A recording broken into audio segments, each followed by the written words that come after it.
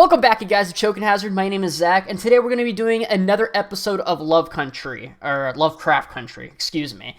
And the first episode, I had some critiques, if I want to put it lightly, about the episode and why it didn't resonate with me. I got a bunch of, I got some comments back, which I thought was actually they were very genuine, nice comments that kind of either disagreed or agreed with me. So I'm really happy that we kind of kept it as a civil discussion instead of just being like, well, because you don't like this or whatever, then you must be this or that person. Like, stupid shit like the ad hominem attacks and bullshit like that. So thank you for people who watched and, commented back with very nice rebuttals. Let's just keep it that way. But let's go ahead and move on to episode 2, which is called Whitey's on the Moon.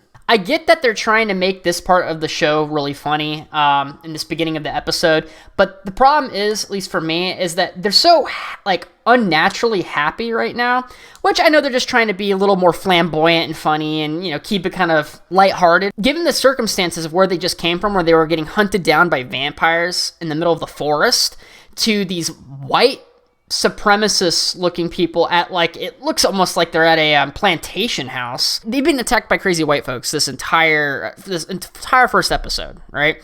And then the second episode comes along and these random white people are just like, welcome into our beautiful home that looks like a plantation house. By the way, you can just dress on whatever you like. I don't know why they're being so happy. I don't know. I like how they have Malfoy from Harry Potter being our main antagonist right now. You can just tell there's something wrong with them. Yeah, so our main character says, or asks Malfoy, when is my father expecting to return from Boston? And Malfoy doesn't really know anything. And then also, too, Malfoy kind of makes this, weird comment where he's like, oh, well, I'm not, you guys were a little bit messed up earlier this morning, as if it was just, a normal thing being covered in blood. So, off the bat, I feel like the writing is a little off. Now, the reason I think that, and things that writing is all about the little details. Why, our main characters should not be thinking at all that these people have any good intentions whatsoever.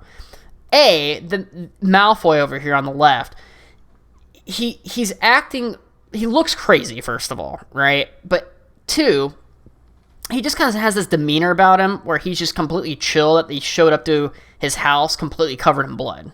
If I showed up to anybody's house, regardless if they're racist or not, and I was just covered in blood, not during fucking Halloween, by the way. I'm talking about just a normal fucking day.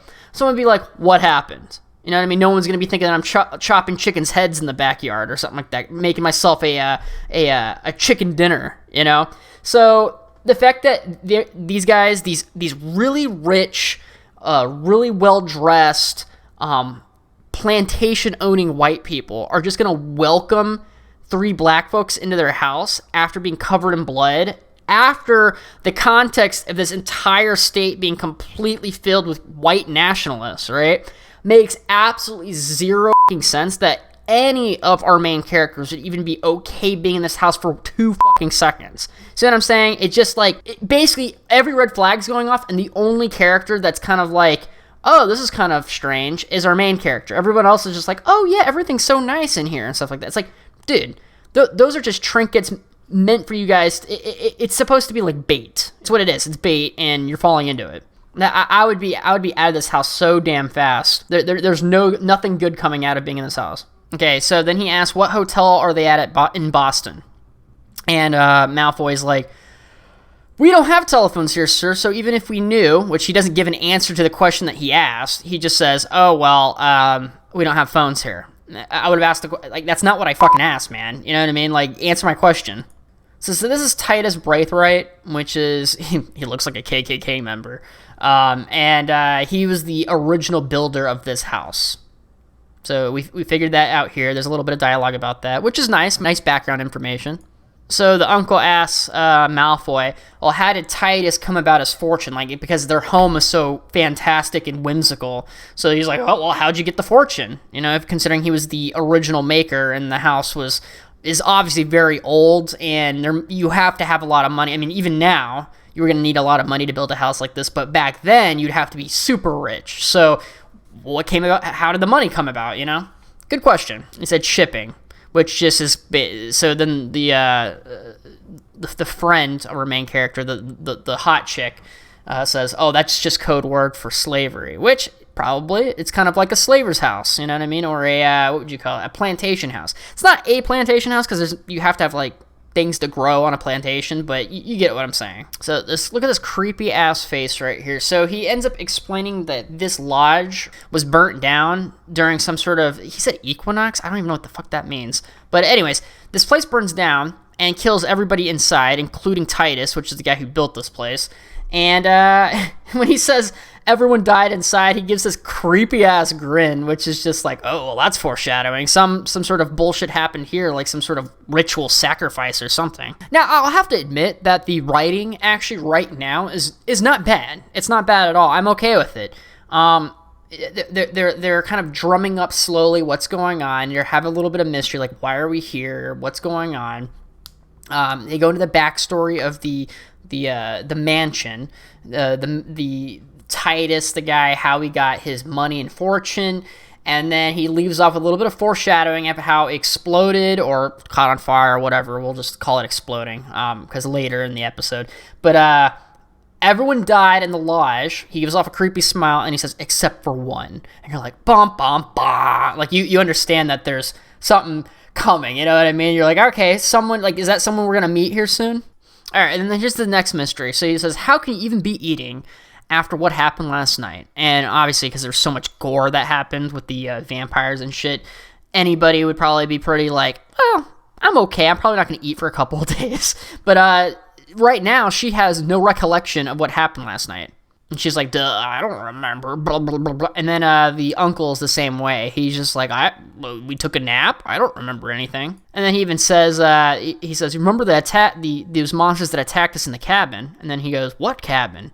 And then he says, the cabin in the woods, which I think they were trying to reference a cabin in the woods like in Evil Dead. That's just personally for me, because usually when people are referring to the Evil Dead, they usually say the cabin in the woods. So I think that checks out, that they were trying to pull off the H.P. Lovecraft kind of the go around of the H.P. Lovecraft using the Evil Dead, because it's kind of referring to H.P. Lovecraft, but not really. So I don't know.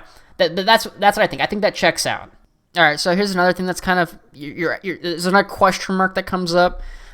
So we keep adding up all the question marks right now. So they can't remember anything. They don't know where their dad is, why he went to Boston, why he went with a lawyer, who is Braithwaite, why is this guy following them around, why are they letting him into their house, why their car is not completely busted up from the night before. And did I already mention that they don't remember anything? I think that was the first thing I mentioned. We'll keep moving on. And then he brings up, because our main character's like, how is our car not completely busted? So then Malfoy goes ahead and explains, well, I found it exactly the way it is right now. Our main character says bullshit, which makes sense because I'd be asking more questions. And then Malfoy kind of rebuttals with like a kind of a half-assed passive-aggressive sort of nonsense where he says, well, actually, I found blood in the front seat last night. So he's saying, well, technically, I didn't find, the way it is right now is not exactly the way I found it. There's blood in the front seat, so it must have been from the bullshit that you had to run into last night when they were covered in blood. But still, it still doesn't answer the question why these people let them into their house after the bullshit that happened, unless they're just one of those, how would you say it, the nicest white people in this really crazy place right now, which the way, the demeanor, which this is where they could have done better with the writing. So far, Malfoy, our lovable white boy right here, he acts so crazy looking. Like he acts like he's acting like a villain right now. And I feel as though that is not as scary as if he's acting like a legitimate nice person. I mean, you could say that he's acting nice right now, but the way he's acting, his demeanor seems very tense, especially the way he's looking at people and the way he's kind of his rebuttals towards them. You know what I mean? It's almost like he's rehearsed them before. But like they should have done something different with his character where it seems like he's a legitimately nice person. And you're like, oh, finally, a legitimately nice white person. And then really, they flip the tables on you after, like, all the hospitality and stuff like that. The problem is that everything that's going on right now doesn't make any fucking sense. And, which is on purpose at the moment. And he's acting like a villain. Like, he knows what's going on, but he doesn't. And it takes you out of that, like, I don't know what's actually going on in a good way. Like, that good, like, that conscientious, like, I don't know what's going on, but I'm getting it. You know what I mean? As in this right now, you just know that it's a trap from here on out. All these goodwill deeds that these people are doing is straight up just there to keep them there. I feel like they could have made a little bit more of a mystery on what the bad guys were trying to do, or like, usually when there's a psychopath crazy person, you want to make it so that it's as hard to determine if they're a bad guy or not as possible. At least that's for me. That's a personal gripe. That's nitpicking. We'll move on. Right now, the dialogue is basically the hot chick and the uncle are trying to figure out if our main character's crazy, because he's like, they don't know what's actually, they don't remember anything.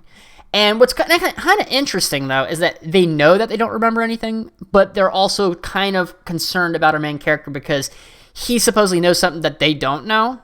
And they're like, well, there wasn't any monsters. Like, I don't remember anything like that. So, I mean, there's some mystery going on. I gotcha. Keep moving. So here's the whistle from last night that called off all the monsters, and it's the same whistle that this lady's using for dogs. So he's freaking out, and his family members just, like, don't understand what's going on, so they're pushing him back. He's freaking out. It's what would you call a clusterfuck. And then we have, like, another, obviously, just absolutely racist white person that isn't even trying to hide it. All right, so I don't know where, like, the time lapse right here is really strange for me, because it goes from where they are at that stone tower, right, which it looks like it's completely sunny. It looks almost noon to me. And then literally the next scene, they are in the woods basically at night. They've said that it's a sundown area. So why would you still be in this location, anywhere near this location at night? Because if you think about it, the where they got attacked by the vampires and where they're located right now isn't very far away from each other. So I'm just saying, especially in these little racist areas, I would not be anywhere in the dark. They saw vampires, remember? Like, especially our main character, he's the only one who remembers. But I would have been like, we need to get out of here before it hits dark. We have this really weird piece of dialogue with the uncle while they're just walking out. Oh yeah, I remember now. And that's like, this is where I don't, like, the piecing shit together doesn't make any sense. You know what I mean? He's like, your grandmother was a slave, and she got away from her master after a fire caught or whatever. And it was somewhere in art. Like, it could be anywhere. The fact that it just happens to be this place is kind of weird. And the fact that he just happens to come up with that information, something super fucking key for all of this stuff to make any sense at all. And he just blurts it out of his face. Like, it's just like, come on now. That's not, what would you call it? That's not organic enough for me. Now, maybe I'm just being a little too nitpicky here, but that's personally for me, I like organic writing where it feels natural that you get certain pieces of information. I don't like it where, you know, like, for example, there's a couple of movies and stuff like that where they'll just have like a exposition dump where they just bleh, they just throw out all this information on screen, and you're just like, it's not how things happen. It's not good writing where you just like, oh, well, we need the audience needs to know this, so there's just like no reason for it. They'll just, like, a random character will come by and just start blurting that information out. And in this case, instead of like just a random person being like, by the way, let me just explain something to you that you guys need to know, the uncle's just like, bah, information, and he just kind of starts explaining things that he doesn't even remember. Like, he doesn't even remember the night before. You know what I mean? Like, he doesn't remember that night before, but somehow he remembers, like, this one really, really cryptic conversation he had with his wife, or not his wife, his maybe it's his sister-in-law, a while ago? Like, come on now. So they're saying Titus Braithwaite was notoriously kind to his, well, he said, Malfoy said notoriously kind to his guests, but he says slaves here, which technically means that the mom's ancestor could have been having an affair with Titus Braithwaite, right? So they have, like, a lineage. So technically, our main man right here is the heir to Titus, or he has blood. He's a blood relative to Titus, the guy who owns the place, which is kind of interesting. As I said before, if I was the main character, I wouldn't be anywhere in these woods at night. Because, like, first thing, nobody wants you here. You You know, I mean, they technically want you here, but you know that they're doing it for the wrong reasons, not because they're trying to be nice people. And then 2, you guys saw vampires at night the day before. You know, and I can't put it on the uncle or the Sheila. I have to put it on our main character, because it's like, dude, you saw the vampires. You know not to be out at night, A, for the racist reasons, and then B, for the vampires. So, let's just say, let's not be here at night. So, right after they met Elsa, and they kind of held themselves against the Doom Knights and everything, they just lose their memory again. So, it's some sort of spell that Elsa has that can just wipe people's memories, kind of like the Men in Black little flashlights that just, and everyone loses their memory. Yeah, so that's what happened. So our main character gets welcomed into the crazy ass white person lab of Doom or whatever, and some white guy looks like he's getting tortured on this table, like he's getting his like kidneys ripped out or something, and it looks awful. It looks like awful lot of pain. All right, then they have this kind of religious talk with the weird dude that was getting tortured. He wasn't getting tortured. It looked like maybe some sort of medical thing going on. It looked like someone ripped his liver out, but whatever. And then they look at this photo, and it's this weird photo. I forget what it's called. I think it's actually a famous painting where there's a bunch of different animals just kind of sitting around looking at a river. Anywho, they end up doing this biblical verse where it basically suggests that during this period of time, all the animals on Earth were also, like, they were all meant for a specific reason during that period of time. And they said, like, it was the only time where they were all meant to be there. You know, they all were in their rightful place. Which, I mean, what do you mean they're referring to? I wonder what. You know, obviously, we know what they're referring to. Our main character asked a simple question, like, where's my father? That's all I want to know. Mr. Braithwaite or whatever says, oh, well, I don't want to see him. So he's basically referring to him as in the third person. He doesn't respond to him directly because he's an asshole. He says, I don't want to see him until basically the ritual is what he's saying. So, yeah, so that's, okay, well, that conversation's over. Moving on. So this is like a really forced piece of dialogue that they just they're trying to make it feel organic, but it's just not organic. They're trying to give her a backstory because they haven't given her any backstory so far in the show, but they don't know how to go about it that makes her relevant at the moment, and make it relevant for her to even bring up a backstory in the first place, considering there's vampires and they're held in a magical, there's no reason to even bring up a backstory in the moment, but they just kind of force it in, you know, and you can tell it's forced in. Basically, she looks at this creepy ass painting, what the fuck is that?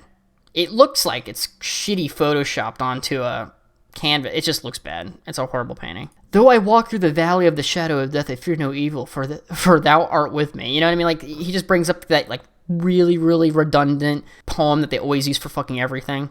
And she's like, I said that last night. He's like, just before you did the bravest thing I've ever... Yeah, it's like...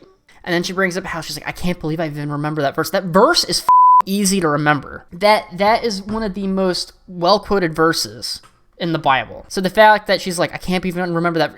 Everyone's heard that verse before. Don't pretend like it's some sort of difficult shit. So she brings up this verse because the last time she said this verse was when she was a kid, and when she was a kid, her mother I wouldn't say abuse her. She wasn't abusive. She just was lacking as a mother, and she would go off, leave her by herself all the time to basically just go some dudes. That's kind of what it was. And her excuse was that, well, I was at church, you know what I mean? But then she'd bring back a new quote unquote uncle every day, you know, or every other day. All right, so here's a weird situation where he's in his own room after that weird romance scene. I mean, and it's just funny because the segue into this scene is just so jarring because it goes from this really quiet romance scene that was obviously forced into a someone shooting at him at war inside his own room by himself. It's just kind of weird how they just kind of flip-flopped real quick like that. And it's this Korean chick with 2 pistols just blasting at him that just jumps out of his closet. And I get it. I get what they're trying to throw down. I'm picking up what they're throwing down. Where it's his past problems, that they're using to hurt him. Which I think what happened is that he probably ended up killing this chick in war. That's why he has PTSD, so this is what's attacking him. So I get it. It straight up becomes like an action movie. You know what I mean? And it's just, I feel like they could have gone about this just a different way, because it's not scary. It's not scary, or like, it doesn't promote any thinking. Maybe there is a lot of people that are dumb watching this, because the way they're going about showing this scene is very like slap in the face, like, hey, do you get it? Vietnam chick jumps out after and starts shooting at him. He's fighting her, and he has PTSD problems about war. Blah! Crazy, right? So he obviously knows the chick, so someone in his past that he knows. It probably has something to do with that chick that he was trying to talk to on the phone in Vietnam. So I get the cookie crumbs that they're throwing down. You're like, okay, I'm trying to get it. But the thing is, when you drop cookie crumbs in a show or a movie or anything like that, it has to be cookie crumbs you give a shit about. You see what I'm saying? Because what it is that you're supposed to be dropping like little breadcrumbs. Why did I say cookie crumbs earlier? Why, you drop breadcrumbs so that somebody wants to get the breadcrumbs, and then they kind of follow that trail. You know what I mean? To get to the end goal. Problem is that when they brought up for half a second his past with this chick, which I don't even think people could they have remembered? Maybe people forgot about it. I have no clue. And he's bringing up, I think her name's Mia. Him fighting with her, it's kind of like, I get he was in Vietnam more, but the relationship between him and this girl really doesn't mean anything to me right now. Maybe I'm just not as caring as others, but she seems so irrelevant to what's going on in the show. You see what I'm saying? It's almost like she's completely disconnected, and they're like, just, hey, you remember the Vietnam War and his problems? It's like, I gotcha. Who the fuck's Mia, though? Or whatever her name is, the Vietnam chick. They might bring it up later, but my God, it's like, I don't know. It's just like a clusterfuck what's going on. It's like, okay, he just got done talking to and having a relationship with this one chick. This girl busts out of his closet shooting at him. He's like trying to fight with her. And during this whole thing, I'm supposed to be like, yeah, I remember that phone call and the Vietnam War thing. He might have PTSD. I gotcha. But you don't know enough information and background to really care about him fighting her. You know what I mean? It just looks like a karate fight right here, and that's all that's what most people are getting out of the situation. They're not getting all the nuance out of it, and the nuance is very, very shallow. Uncle, man, you picked nice. Look at that donk. So he's having I like his little vision right here way more than her main character. He's like fighting to the death with this Vietnam crazy chick trying to stab him, and he's like chilling with his wife that's dead, and he's having a great time. She looks younger than him, so she must have died pretty early on. But if you listen to what he says here, he's talking about a story. I think he's either writing it or a story that he already read. It doesn't really matter, regardless of if it's a story he's read already or if it's a story that he's writing. It doesn't matter. Basically, this is like foreshadowing an event. Okay, so the story is about a man who finds a mysterious home in a plane of silence where he fights humanoid pig creatures. Yeah, before he goes to the Sea of Sleep, where he reunites with his love. So that's the thing. It's like I don't know, man. The writing it's just not good. And this is like why I think the writing's not good. The stuff that doesn't make any sense doesn't make any fucking sense. Like, and it's not even trying to make sense. It's just piecing random puzzle pieces together, right? But then the stuff that they're trying to foreshadow and the stuff that they're trying to like do metaphors with and things like that is so cut and dry and so in your face obvious, right? That it's almost like the show was made for someone dumb. So like he just literally blurts out the entire premise to this episode, and it's not like in a weird metaphor or anything like that.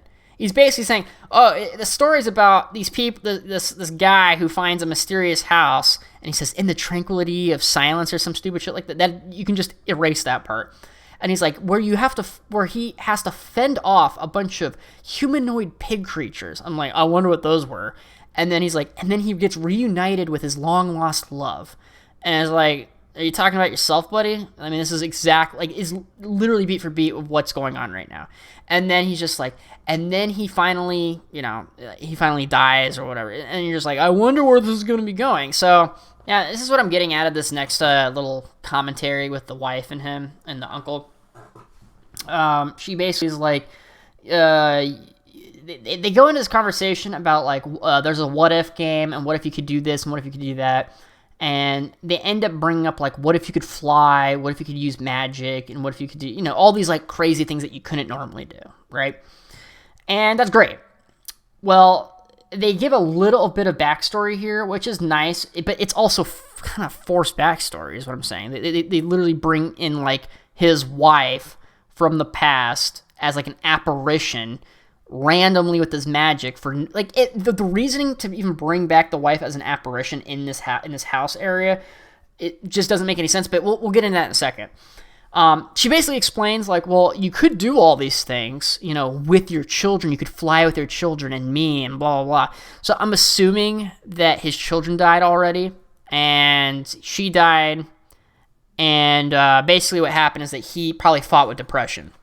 So right now, the thing that he's battling is the thought of suicide, and this one I like the way they handled this bit a little bit better. The way this piece of dialogue, they handled this piece of dialogue a lot better. If that's what I'm thinking, it's about him, like, being, he probably was, like, in just furious, horrible depression. All right, and then you end up finding out in the next scene that. The romance part between the hot chick and our main character, it's not really our main character, because our main character right now is beating the shit out of an Asian chick in the other room. So he's obviously not in this room trying to lay pipe on our hot chick, and he whips out the wiener, and it happens to be a snake, like in that weird portrait that I showed you, or I was talking about earlier. And, like, I get that it's trying to refer to the portrait on the wall, but, man, though, it's just, like, it's so wonky looking. You know what I mean? Like, this whole scene is just weird. It's straight up an acid trip. Like, it's so goofy looking, the snake just trying to take jabs at her. And he's trying to rape her with a snake penis. It's just, like, I don't know. I'm assuming that has to do with, like, her having some sort of weird, like, sexual trauma when she was younger, which I get it. But it's, like, the way they went about it is just really fucking goofy. Like, does anyone else feel like that is just goofy as shit? Because it's goofy. Come on now. Snake penis attack. It's not scary at all. It's like sci-fi goofy. It's one of those weird things where, like, you'd see on, like, the Sci-Fi Channel, where it's just like, you watch the Sci-Fi Channel horror movies, not because you think they're horrific, but because they're so bad looking and so goofy, that it's more funny to poke fun at it than to, like, actually legitimately take it seriously and think it's horrifically scary. It kind of brings off that vibe with me. But yeah, like, like, all three of the scenes are really forced with dialogue that is supposed to, like, show off their past.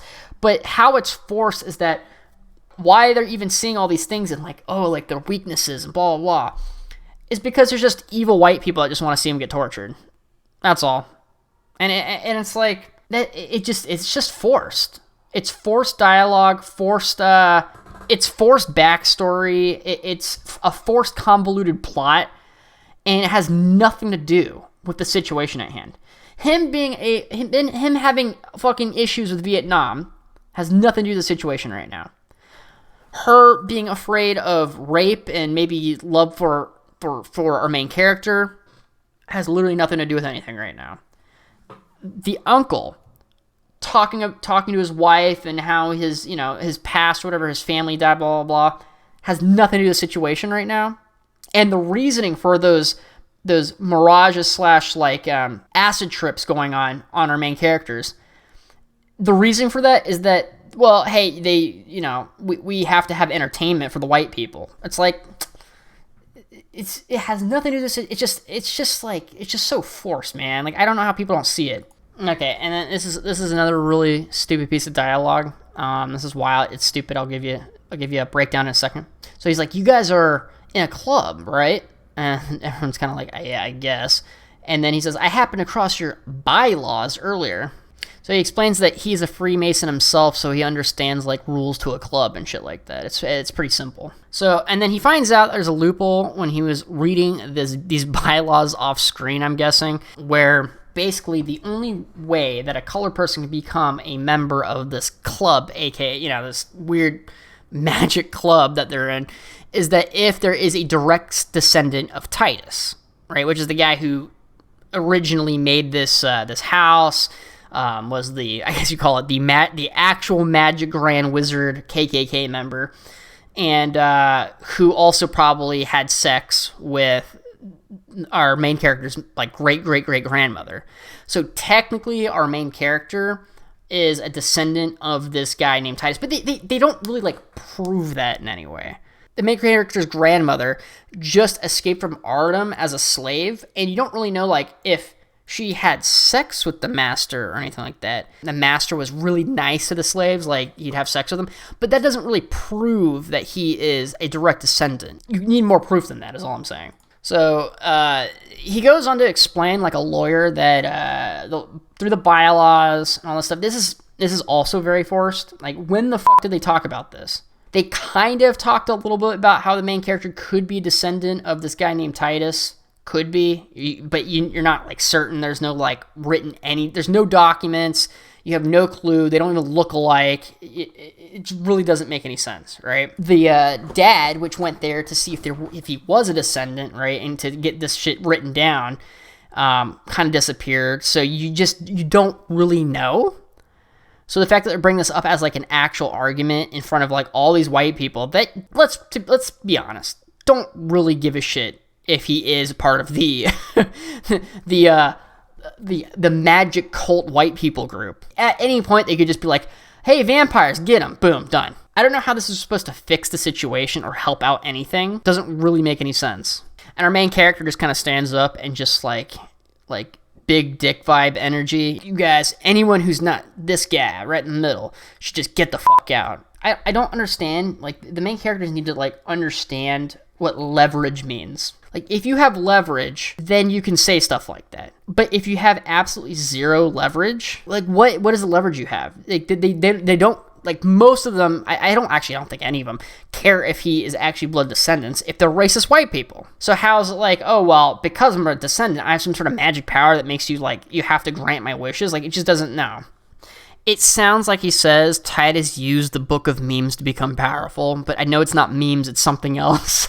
But that's what it sounds like when he says it. If you rewind, it sounds like the book of memes. But anyways, he says that he used the book of memes to make himself powerful. Indeed he did, the book of memes. But then he goes on to say that, yeah, you are a descendant, and we don't give a like I thought. And that's exactly what I was actually thinking when, and this is before I even watched the whole episode. I was just thinking, like, how's that going to get him out of the situation? Like, are they just going to be like, yeah, we agree, so totally. But then he goes on to say, he's like, well, you are a reservoir for the power of Titus. He's like, maybe dilute it a bit, but I still need you in your body for my work. Why is he here? Because he needs his magical powered body from, I guess, the great Titus. All right, so they just skipped that whole, like, situation. They just cut out of that conversation with the Grand Wizard, and they go into the weird cellar / tower with the weird pigs and meat hanging from hooks and stuff in it. So they basically like the torture room. So the dumb hillbilly chick shows up and is like, "Oh, look, you guys!" She's got a shotgun, and then our hot chick hits her in the head with a shovel. So that ends that situation pretty quickly. So they get down to the bottom cellar. So this is like underground, by the way. And the dad's not there. So they're like, did we come all this way for nothing? So every time the uncle opens his mouth and explains some sort of story that was based on a book or history, and they end up finding some sort of stupid clue of solving something, just annoys the shit out of me in this show. It's like when they talked about the vampires, where he's just like, vampires are weak against the sun. So they end up taking the stone tablets or whatever out of the wall in the basement after the uncle, explains about the Count of Monte Cristo. He's like, that's his dad's favorite book, so we need to, he's probably breaking himself out. And He's breaking himself out, and it's he's simultaneously breaking himself out as they're there to save him, which is just extraordinary timing. Just extraordinary. The likelihood of that actually happening that perfectly is just fucking mind-boggling. And then the other thing is that they knew exactly where he was going to be popping out of the ground. As soon as the dad pops out of the ground, they're like sitting above him like they're playing whack-a-mole. And it's like, okay, this is so cartoonish. Come on now. It's goofy. Come on. And then as they're escaping, because the timing was so damn perfect, of course they're going to escape.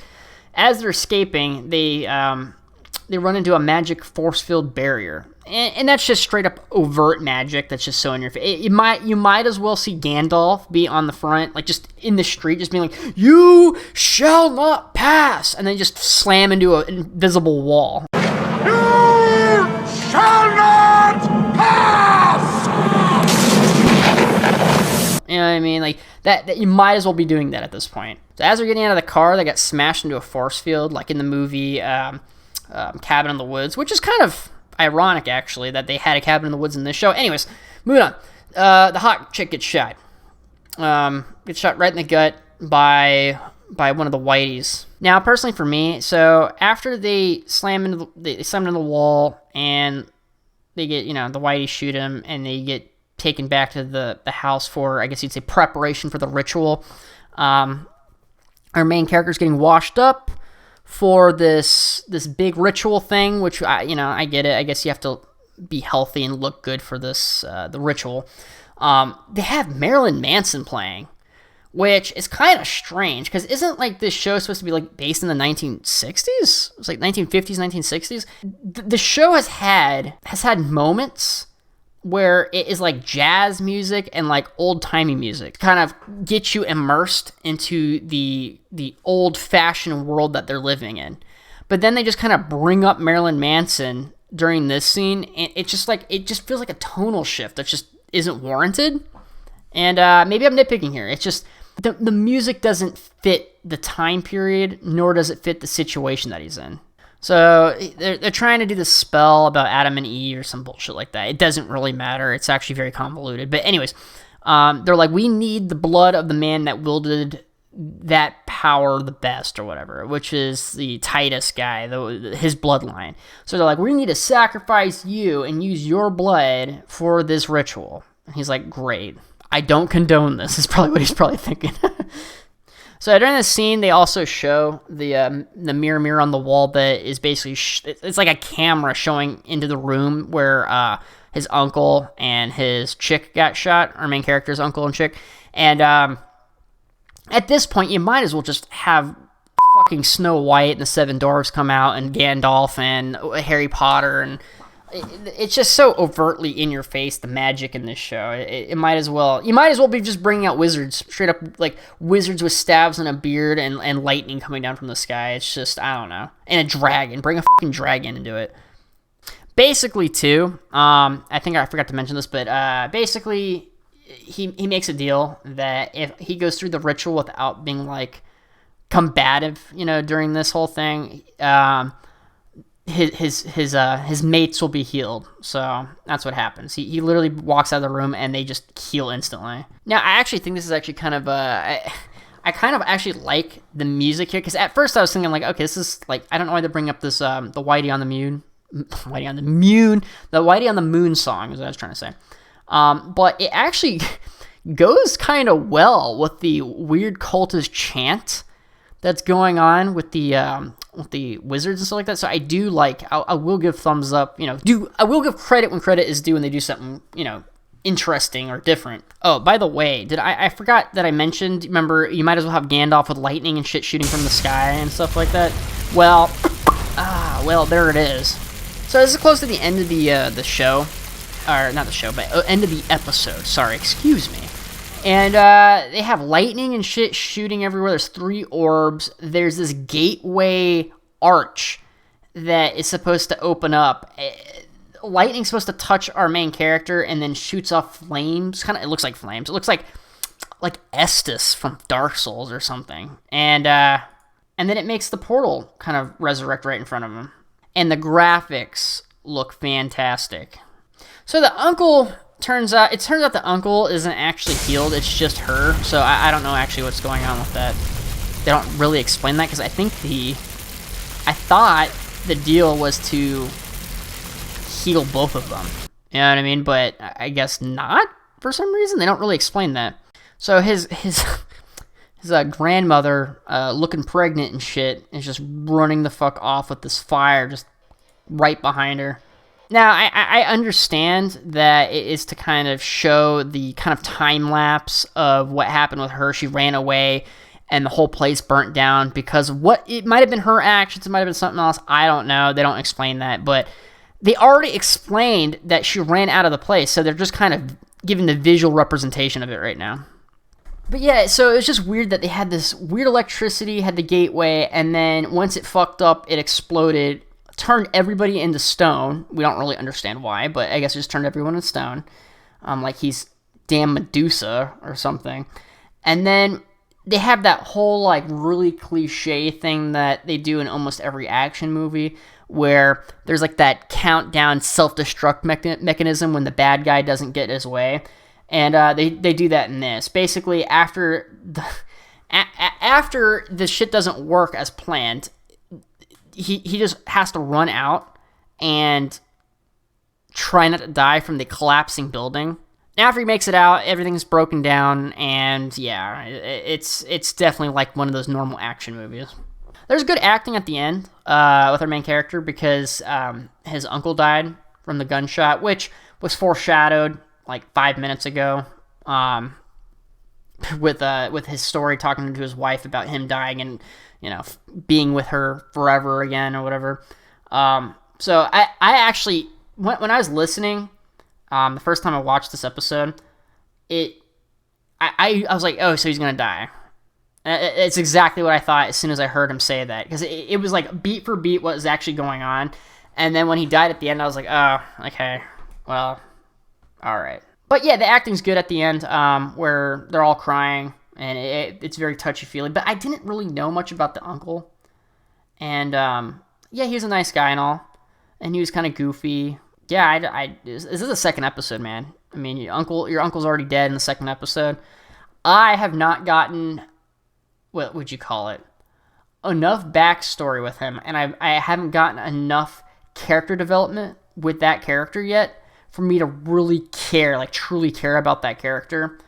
So when he died, I was just like, okay, well, that kind of sucks. But maybe that's just because I'm a heartless bastard. I'm not sure. It's one or the other. But yeah, I think the second episode's a little better than the first one, but it's still kind of janky. It's still kind of fumbles around with the narrative and the plot that's going on. You still don't really understand what's going on, and there's not really any puzzle pieces they give you. One, maybe that he is a descendant of some sort of wizard group or whatever, which is, I mean, I guess that's fine. Yeah, it's almost like the only question that I have is, where are they gonna go with the fact that he has some sort of like grandmaster wizard powers or whatever, and that they showed his grandma at the end. Like, I already knew all of that, and it's just the way they went about trying to explain their backstories and stuff like that. It just was very forced. There's nothing that's making me cling on to the next episode, right? They might as well just, like, which they do. I was about to say, they might as well just wipe the slate clean and then just proceed to make a completely separate storyline, which they end up doing in the next episode because there's nothing else to talk about. See, but you see why, like, the show, it's just like, the first two episodes were already kind of a narrative mess. Like, the first episode, you learn almost nothing except white people or attack them on command. And then this episode comes along. They try to explain the backstories of the characters, which I guess they do a little bit, so that's, bravo, I guess. But then they do it in the most forced way possible through, like, you could almost call them, you might as well call them flashbacks. But yeah, they're flashbacks with the use of magic in their own separate rooms, their own separate flashbacks, or their fears or whatever. And they try to flesh out the characters that way, but it's so forced. And then at the end of this, all the wizards die. You learn that he's a descendant of one of those, magic people or whatever, but that doesn't really matter at this point. because everyone just died at the end, and they had that kind of ex machina, like, they were fucked to begin with, and all of a sudden just everything explodes, everyone turns to stone, and then the whole place falls apart. It's like, I don't know, man. It doesn't seem like very good writing to me. That's just my opinion, you guys. Hey, you made it to the end. That means you must enjoy my content, so go ahead and tap that subscribe button for me. And if you don't like my content, subscribe anyways. My videos are proven to make your schlong longer. Follow me on Parler if you want additional content updates, or if you want to interact with me personally. And join my BitChute channel for additional content. Thanks, you guys. See ya.